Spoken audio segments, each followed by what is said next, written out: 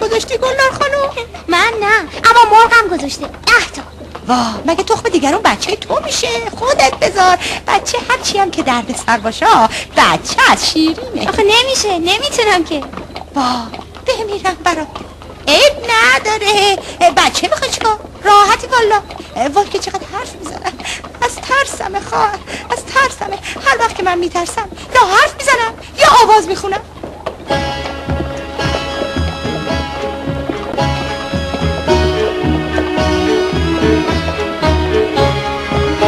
98 تا بچه هم میخورن آلوچه 98 تا بچه میخورن آلوچه حالا چند دفعه خواستم کلوچه بپزم نشد این دفعه هم نمیشه 98 تا بچه کنار کوچه میپزن کلوچه آلوچه همه میگن عزیزم خوب کلوچه هایی درست میکرد یادش بخیر عزیزم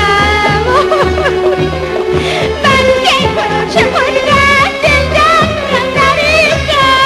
خدا هر کاری میکنم که یه نفرم که شده عین کلوچه های اونو درست کنم و بدم به همسایه ها نمیشه همسایه وقتی کلوچه خوردم بزن روی چرمایه چرا انقدر آواز میخونی؟ نخونم چه کنم گلنار خانوم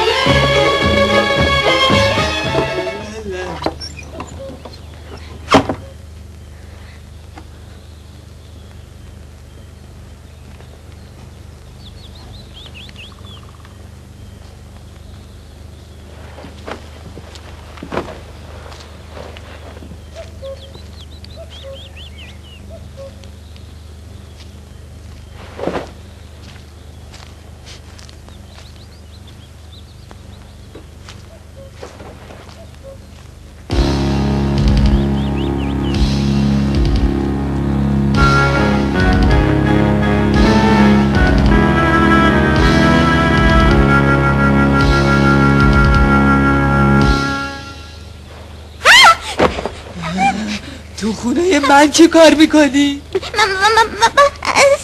سلام چیه؟ من دیدم من گفتم چیزه دیدم در باز بود گفتم خسته خانم بیدار شو شوهرت اومد وای خاک اولا نه اونجا نه پیدات میکنه بیا باید داری تو صندوق نه من نمیخوام برم تو میخوام بیرون باشم تو دستمالم از چنگش دستم نمیشه میفهمی واسه بد میشه جایزه رو نمیده توی پولی تنبلی من اومدم